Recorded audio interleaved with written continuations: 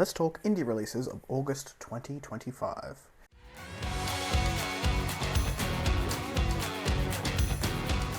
Hello everyone, welcome back to A Fictional Escapist. My name is Kris, and today's video is the indie release list of August 2025. As always, these lists do not come from me, they come from AJ Calvin and Rob J. Hayes over on their respective blogs, which I'll have linked down below. If you yourself have an indie or self-pub release coming out between now and the end of the year, make sure you go ahead and check these blogs out. You can go and submit your books if you have a cover, a blurb, and a release date on any given month coming up, and then I'll give it a video platform each and every month. As always, we have quite a few of these to get through, so we're going to jump right on in with August 1st. Starting us off for the month, we have Deep Coprolite, hopefully I pronounced that correctly. We are starting off strong. This is by Douglas Limsden, and this is the Shade the Collector book number 2. And I like that we have a cat in the in the cover picture here. And this is urban fantasy. It says, "Let sleeping dung lie." I'm intrigued, but it is a book 2, so we'll have to mosey on over from there. Starting us off strong with a sequel. Also on the 1st of August, we have Last Among Equals. This is by Peter J. Alden, and it is epic fantasy with a very cool looking cover. I'm gonna guess this is a Jeff Brown cover just with the art style, but I love the way the colors all play off each other. This one says, "Sometimes it's the outsiders who have the most to offer and the most to lose." As monstrous hordes of Trell carve bloody swaths across the southern nation of Alage, northern Cardalan quietly revels in its neighbour's downfall, until the Trell appear at their own borders. The fate of both countries now rests upon the shoulders of two unlikely heroes. Eric Cardigal, a disgraced Cardalan nobleman and warrior, unjustly branded a traitor and shunned for his father's sins, and youthful Prej, the last of Alage's mages, an inexperienced apprentice who hides a secret calling she feels ill-prepared to fulfill. To thwart the Trell's scourge, these traditional enemies must forge an alliance, rallying a ragtag band of soldiers and sorcerers to face an enemy raising everything in their path. In a world where old grudges run deep and new horrors emerge, Eric and Prej, probably pronouncing it correctly, must learn to trust each other, or else bear witness to the destruction of both their homelands. Interesting. Love the cover. Premise sounds very cool as well. Moving on to August 3rd, we have Embers Rising. This is the Embers I Can Speak Today.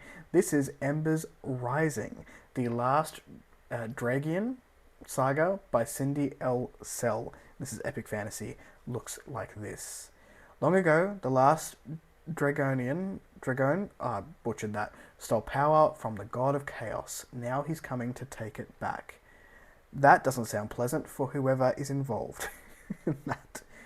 On August 5th, we have a cozy fantasy entry by Z.S. Demanti, and this is Wagons and Wyverns, Fables of Fenlistia. My pronunciation is always shocking on these videos, so hopefully I get something right. This is coming out on the 5th of August, if I haven't already mentioned the date. From Behind the Throne to Trails Unknown. Why do we put these words in here that I can't read or pronounce? Zanikorek spent much of his life in the service of a wicked orc king. When a new rebellion seizes control of the kingdom and overthrows the king, Zani, can pronounce that one, has no choice but to move back to his quaint hometown in the Gun-Ra Valley. With his life of regal service seemingly in the past, Zani must live a quiet and inconspicuous life of loneliness to avoid being recognized. But when a new King's Mage advisor pays the goblin a visit, Zani is tasked with a quest that could change everything. Teaming up with a jovial halfling wagoner, he embarks on an unforgettable road trip for the ages to follow an ancient and mysterious trail. But as their friendship grows, Zani might just discover something he thought he'd never find again. To take to the trail and discover what magic awaits. That does sound pretty cute. On the 7th of August, we have a re-release of Warsong by Michael Michel with the updated cover as well, which I'll pop up here. It says, Admar's future is a path paved with broken glass. Each step forward, living under Scythian tyranny, cuts away another piece of his humanity right down to the bone. But even a meagre life as a miner is better than a pointless death. A sister, a mother, a lover, all lost at the uncaring hands of the Scoths, have left him with nothing but memories and ash for comfort.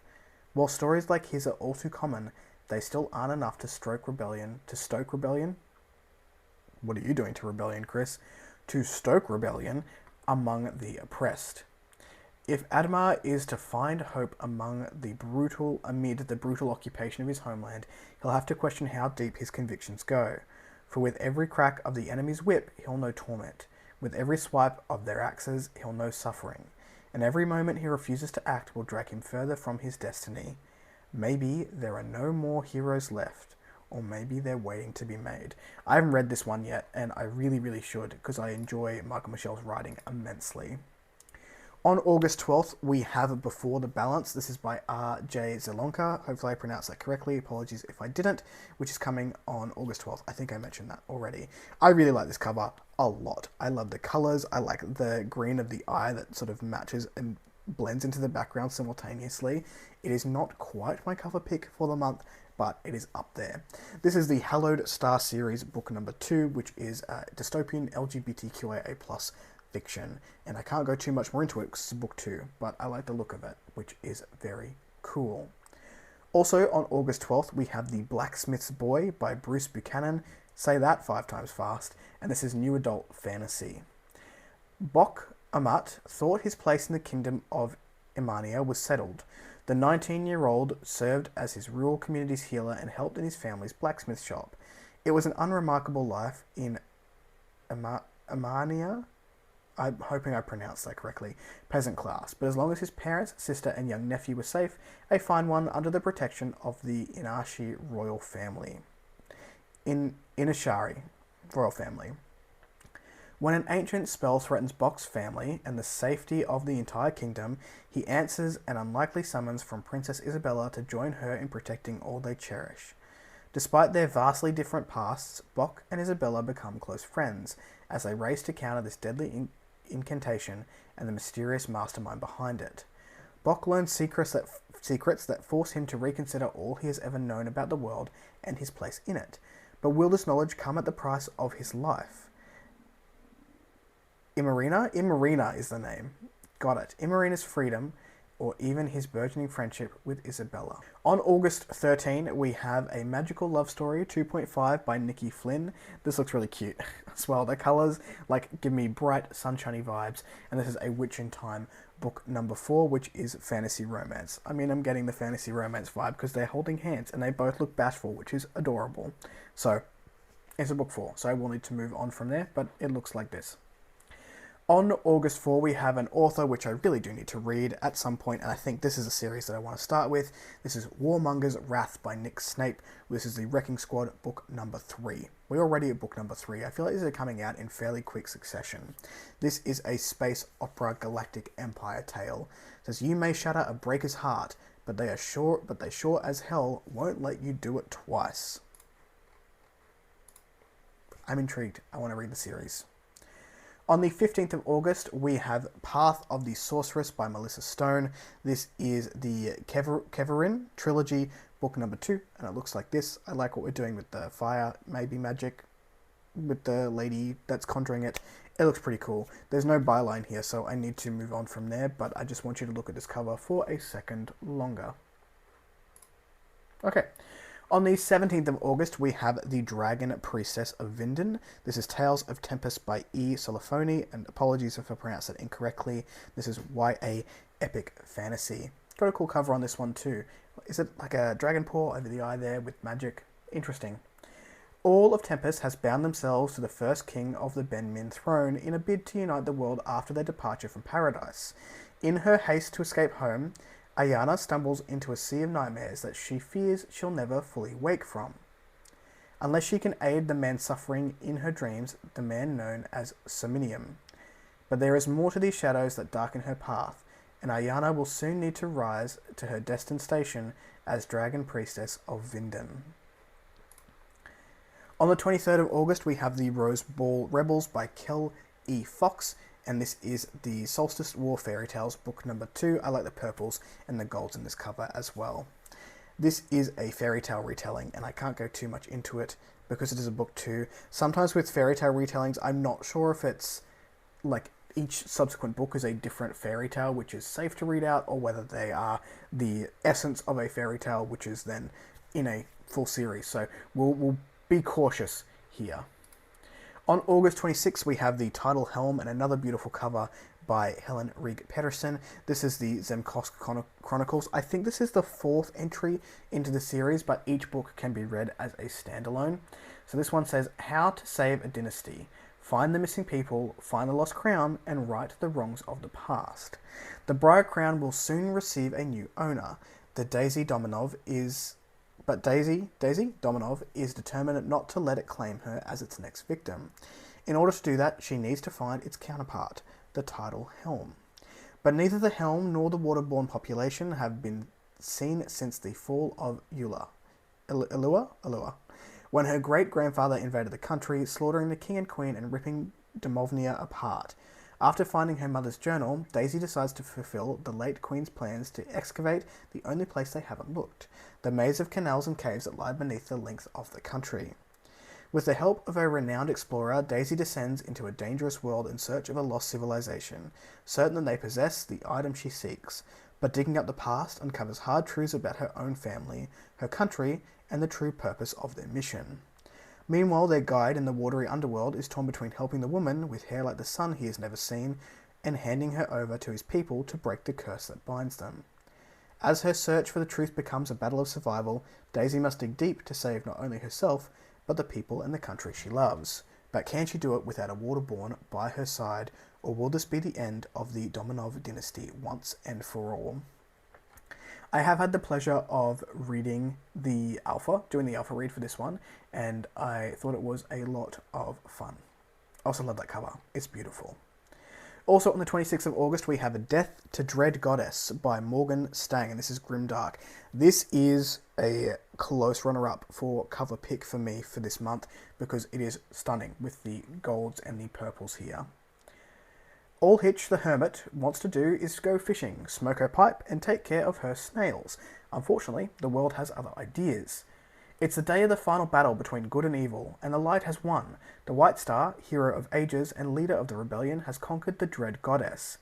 Cast from her throne in the Onyx Tower, the mad tyrant falls like a comet right into Hitch's lake. Magically shackled and drained of power, the goddess must rely on Hitch to flee the rebel army. Even dethroned, she is divine, and she promises to reward Hitch with heavenly wonders. But the hermit knows something that no one else does: how to kill the dread goddess for good, and she has the means to do it. With the White Star in hot pursuit, the unlikely duo must race across the land to recover the tyrant's strength. After a journey filled with mind-bending sorcery and horror, unexpected technology, deep secrets of the universe, a depressed fire-breathing frog, and multiple accidental murders, and one legendary collectible game card tournament, Hitch must make a decision that will change everyone's fate. Kill the goddess or set her free. That sounds like fun. And it's on the TBR. Also on August 26th, we have Austringer's Wrath. This is Gifts of the Old Tree, book number 2 by E.L. Lyons, an author that has very high praise in my circles, and I need to read book 1 because book 2 is now nearly amongst us. It says, the Austringer has fallen, a new Austringer has risen, and I can tell you no more than that. On the 27th of August, we have my cover pick for the month because it is just beautiful. The play on colours with the white, fantastic. This is Liminal Monster by Luke Tarzian. This is fantasy horror. Also, buzzwords for me. I love a bit of fantasy horror.